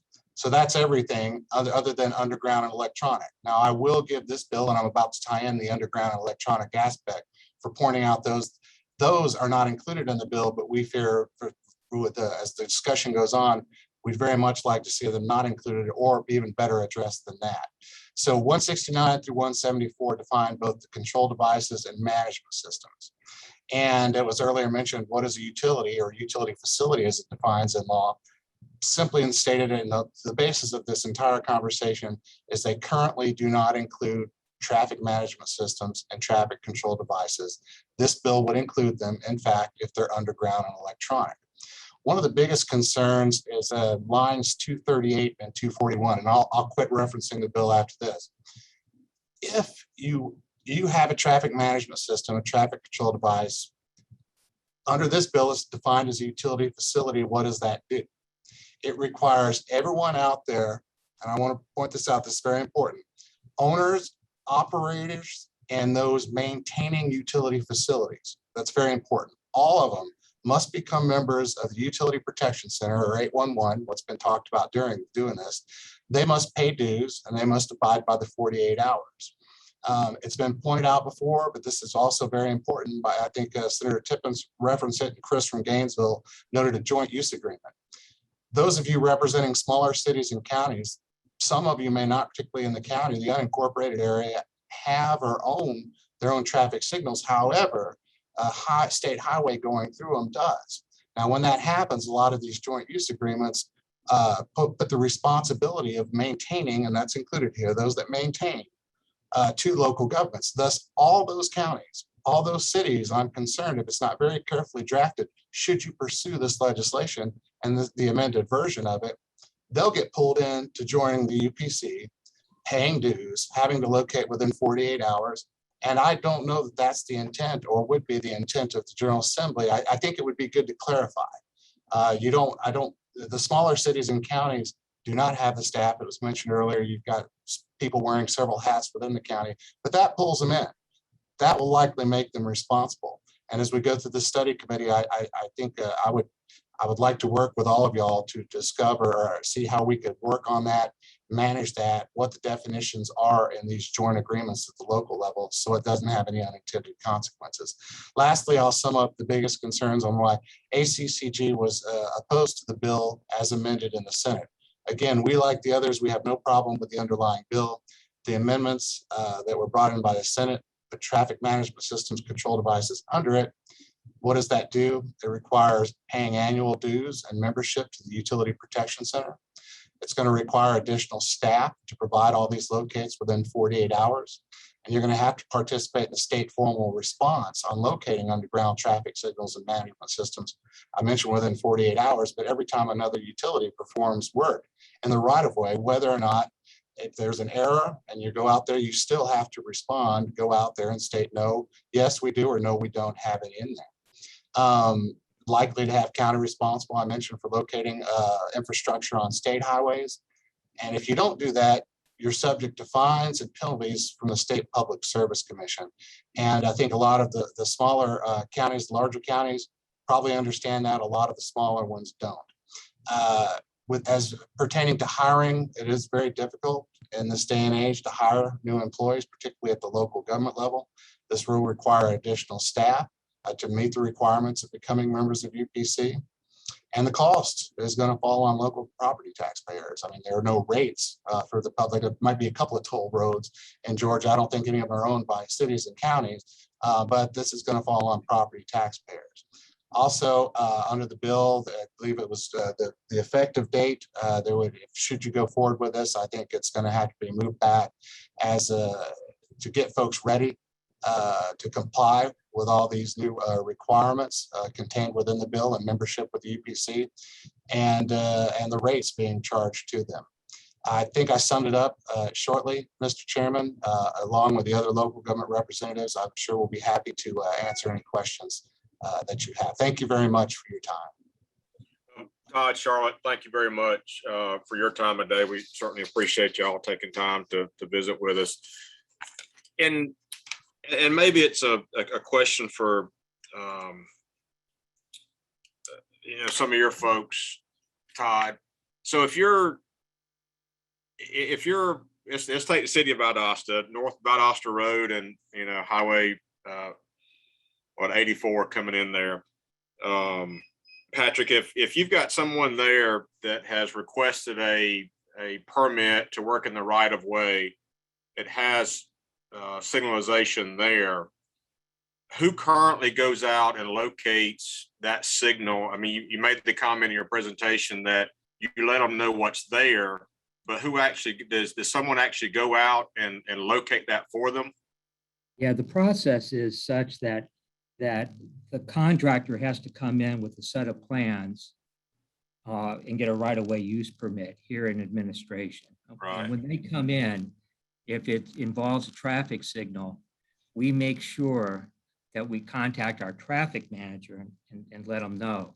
Again, the protocol that we follow when we put in our systems, if we put that cabinet right next to wherever the power is coming in, and it's really the distance 3 to 5 feet, between the pole, and you can see the power coming in, you can see the conduit running down the side of the pole and what direction it's headed over to the cabinet. It's normally directly over the cabinet. I don't know if that answers your question, but we'll go out there. We also have, when we do right-of-way use permits, I have inspectors, and my inspectors go out and make sure that contractors are working within the limits of the permit that they were issued, and they also are very knowledgeable about what's out there, type of thing. And they watch, and they also make sure that everything's restored properly, so that if they break a sidewalk slab or something like that, they normally we make them put that back. Okay, so but I guess you would have someone go out and locate that to let them know what is there. And maybe it's a better question for Drew in Cobb County. I mean, it may be, the intersection is much larger, may go further, but someone's going to go out and let them know if there's underground signalization. Understanding the power, it doesn't take a lot. Understanding, and that's not the issue from the way your guys are looking at it, but the damage to utility or to signalization infrastructure, is kind of where I'm going to. That somebody's going to go out and tell them, whether it's in Cobb County or Valdosta, that it's there. Is that correct? So it happens two ways. One, when they submit a right-of-way permit, we'll notify them that there may be traffic signal facilities in the area, if that's something that we notice just based on the proximity of where it is. And then the other is, just as Patrick mentioned, if you're digging right next to a traffic signal, it's very, very obvious that there's a traffic signal there. And so all of our poles have a sticker on them that say, excavators call, and then it provides an active cell phone number to the on-call signal technician, who will then talk very specifically with the excavator saying, okay, well, where are you? What are you trying to do? And generally, our locates are happening within 2 days because it's very targeted. We know they're out there digging. It's not kind of a, hey, we need to call in this locate. We'll get out there eventually. We figure out exactly what their schedule is, and then we're working, to the goal of communication. We're working very directly with them between excavator and facility owner. Okay. All right. Thank you. Representative Frazier, you have a question? Yes, sir. Yes, ma'am. Go ahead.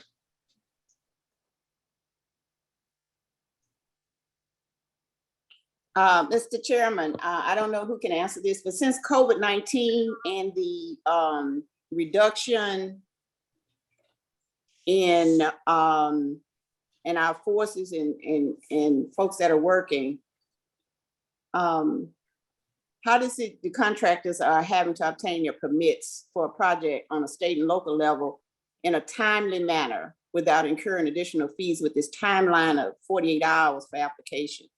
And were there any provisions put in place during this pandemic?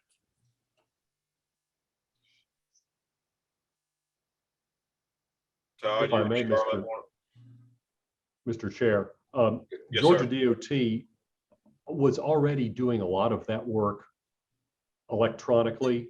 That being that the permit requester would develop their plans. They were using electronic design programs to do it, and they would submit it to us. We have a process, a place where they can file it online with us. And so a lot of that back and forth between somebody wanting to do work on our rights of way and us was already being handled electronically. The permit ultimately was sent to them electronically. So we were able to move forward and not really lose much time or lose much productivity, I should say, in this context. And since most of the work that we're talking about here is outside work, the risks to public health are lesser in an outside context. And so notwithstanding people simply being able to work, we didn't lose a lot in terms of timeliness, and we really didn't have to change too much in terms of our interactions with folks wanting to do work in our right of way. Thank you. That's good to know. Any other committee members have any questions? Okay, one more, Dennis, a broad question, just to get us all thinking. If the committee decided not to recommend including traffic signals and traffic management systems within this piece of legislation, how do you, Todd, Charlotte, John, how do you see that these utilities and or facilities continue to be protected by the owner or for the owner? Chairman, I don't mind trying to tackle that first. And it just kind of want to circle back to the recommendation of our organization that I believe ACCG and I know our members would be able to support, because I do think that's a really fair concern of the contractors. But it's also one of the cities to protect their facilities. So again, I think setting up a process or even codifying the process of proper notification from a contractor to the city responsibility, not necessarily through 811, but through their own local process, with perhaps model signage and a single point of contact being required, that the city or county marks their facilities. If they fail to do that, and we heard a couple scenarios of where that perhaps was the case in the past, then the city and county should be held liable for those damages, which I think alleviates it. One is reasonable, but alleviates the concerns that we've continued to hear from the contractors, but doesn't catch up all of our members in this mandated membership. I would concur, and in fact, the GMA and ACCG did offer that amendment, both during the legislative process and during the discussions of the committee that Rick Lawn mentioned earlier. And also should, on the other end, should the committee and the General Assembly go forward with this law, I would strongly recommend treating traffic control devices and management systems differently. Management systems seems to have caused the most heartache, the most expense, etc., usually in metro areas, so that we don't unintentionally catch up a lot of our more rural, smaller areas, catch them up in the system, even though they may not have digging, they may not have much locating responsibility other than the state DOT traffic signals, and I know y'all will continue discussing that, but they'll still have to pay and be members and be responsible. So that's going to be a tall task for those in those areas being brought into the UPC membership process and responsibilities. Okay, and Todd and Charlotte, along those lines, if I'm hearing y'all correctly in the cities, when a permit is issued and there's, they're going to let them know what's there. And in some cases, you may have someone go out and locate it for them within the city or county. Other than a membership to the call center, the 811, it sounds like some municipalities and counties have individuals that can locate. Am I hearing that correctly? Yes, sir. I mean, it's not, granted, it's not across the board, but for some communities and counties, they already have that, I'll say, infrastructure in place to some degree. Is that correct? Certainly the larger ones where there's a lot of excavation taking place. The growing areas, the metropolitan areas, yes, I would believe so. I mean, we don't have anybody like that in Scrub, and I get that. We got one stoplight, so. Well, if they're maintaining that stoplight, they'd be brought into the system, sir, under this bill as it currently stands. Sure, absolutely. Okay, all right. Representative Drimmer, do you have a question? Is that correct?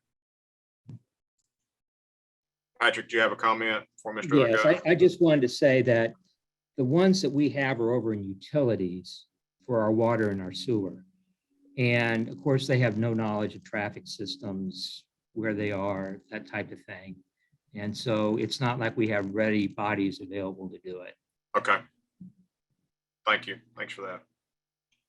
Mr. Renner?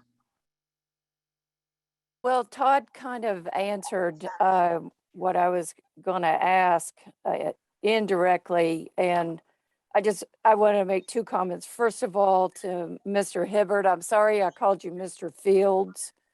I did correct my notes, but I want to go to Drew and ask,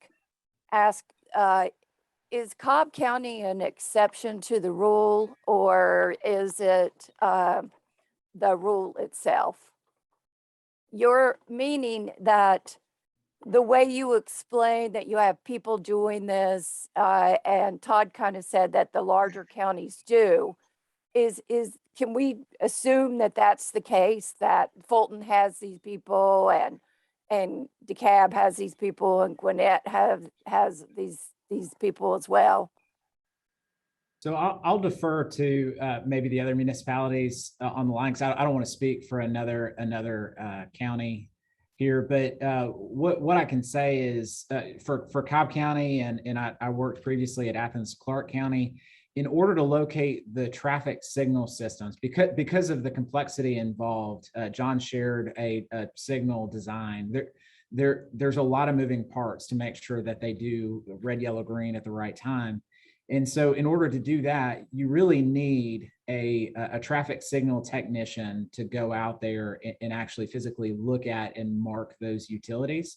And so for Cobb DOT, and I know the case with Athens, and I would imagine for others, it's a question of assigning a traffic signal technician to go out and mark for traffic signals. And so anytime you do that, anytime you apply a technician to locating rather than maintaining a traffic signal and doing preventative maintenance inspection, you're taking away from kind of their primary function. But I'll maybe let others speak, or Todd may know on behalf of other counties and municipalities. I would just add that they do it differently, but again, and Charlotte mentioned it, as have others, that this is done when they apply for the permit to work within the right of way. They get together with the local government, the contractors, and at that point decide whether or not there's utility or traffic control devices, management systems there, and work it out separate of the 811 system. I know the others on this call are not in favor of that process.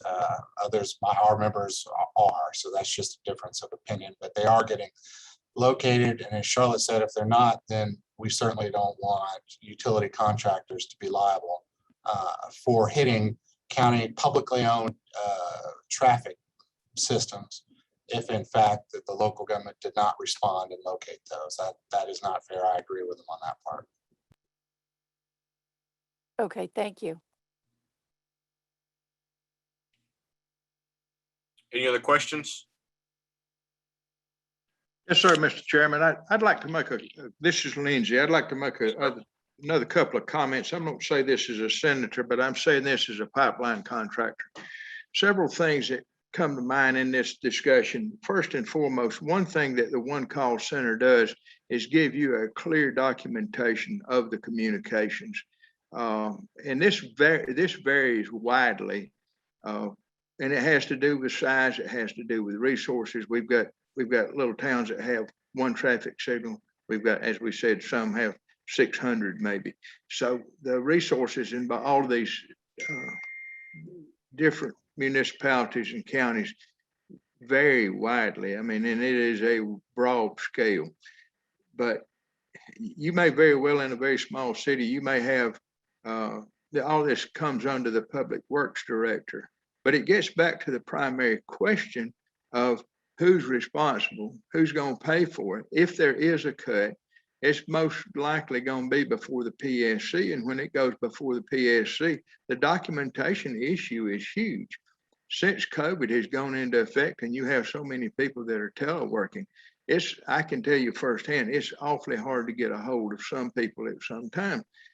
Just last week, I called one municipality, didn't have anything to do with traffic signals. It took them 3 days to give me a call back. And part of that is because people are not in offices as they were. So communication is a big issue. But if you look at it, if a municipality right now has water, sewer, gas, electricity, or fiber, any of those 5, they have to currently locate those now.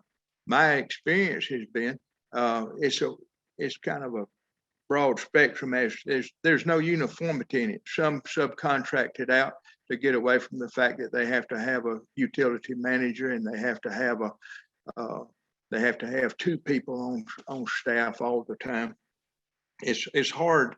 It looks to me like it would be hard to justify 2 people in a small city, and it may be an issue that needs to be subcontracted out, and I think that can be done much quicker.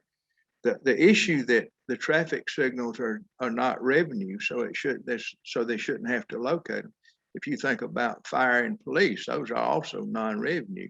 But for the safety of the public, I think traffic signals need to be located just as much as we need to have fire and police. And the other services that governmental agencies perform that are not traffic revenue, or that do not generate revenue. The last thing I'll say is there's a lot of difference in somebody telling me at the inception of a job, now you be careful because we have some traffic signals in this intersection, and going out and showing where those traffic signals are located. Part of the beauty of the locate law is we have a window, they have a window within which they have to give, they mark the line, and then there's a window of each side of that mark that we have to locate. But when you consider that you're hand digging in an intersection and you have so many other things in that intersection that you may intersect with, you may cut a traffic signal cable looking for a water line. And most of the time, if they're going to have a traffic signal, there's going to be water service, there's going to be gas service, there's going to be electrical service buried in that intersection. So it's not only an issue for the protection of the public. The people out there that are doing the locates put themselves at risk digging when they don't know what's in the intersection. I say all this as a contractor, not as a senator. Thank you. I appreciate it. These are all considerations that need to be folded into the mix when this discussion takes place. Thank you, Senator. Thank you for those comments. Todd, help me understand. And Charlotte, y'all both can probably weigh in here. A moment ago, when you were talking about, if utilities are not located, then you would agree that the contractor shouldn't have to pay for the repairs. Are we interchanging utilities versus infrastructure in that terminology? Because what I'm hearing you say is, yes, someone from the municipality or county would go out and locate, but if they don't, if it's not located, then the excavator shouldn't be responsible. Are we interchanging terminology here, or what am I missing? Well, go ahead, Charlotte. Okay, well, I'll try to clarify. I was trying to make a distinction between the recognized utilities that cities and counties have that are members currently under the one call law. If they fail to do that, there are penalties set up through the PSC, and that's a process that plays out there. But this would be recognizing the exemptions for strictly just the traffic signalization, traffic signals, the fiber, all the components we've talked about. that would be a penalty or a liability rather that the city or county would incur. But again, that's recognizing the exemptions in place. And we'd make sure it was very tailored to the traffic signals, which again is the primary concern we continue to hear from contractors. And there's a lot of confusion, and I agree with Charlotte, but on what we call something, how it's defined, and is it a utility, and how's that addressed in state law? That's why I very much wanted y'all to point out those lines. Currently, signals management systems are not defined as utility facilities. This bill would make them. So whatever we call them currently now, they would contact the local government and locate them, but sometimes it's confused with calling them utilities. At this point, this bill would certainly make them. I hope that clarifies a little bit. It's hard, speaking with all the different terms. What's right, which was why I asked the question. I just wanted to, for the benefit of the members, to make sure we were all kind of understanding the same thing. I hope that helped, Mr. Chairman. Absolutely, thank you. Earlier, we had a speaker that did not respond. Mr. Rich Johnson from AT&T, are you on, Rich? Okay, all right. Blake, any other questions or that you see? No, sir. All right, well, ladies and gentlemen, thank you for your time today. We've done a pretty good job of keeping it mostly on time. Appreciate your indulgence in that. If the presenters who had slideshows, if you would submit those to Blake for dissemination to the committee members for our reading and further understanding some of the issues, we would greatly appreciate that. We will, as I mentioned earlier, there were two separate issues to talk about. One being the signalization, the other one being the time frame for responding to calls. We will schedule another meeting to discuss that issue, and we'll do that pretty soon. I'll get with Blake and we'll get a date set and get that out. But with that, thank you for your time. Any other comments from any of the committee members before we adjourn? All right, great. Thank you. Appreciate everybody's time this morning, and I look forward to seeing you next time. Thank you.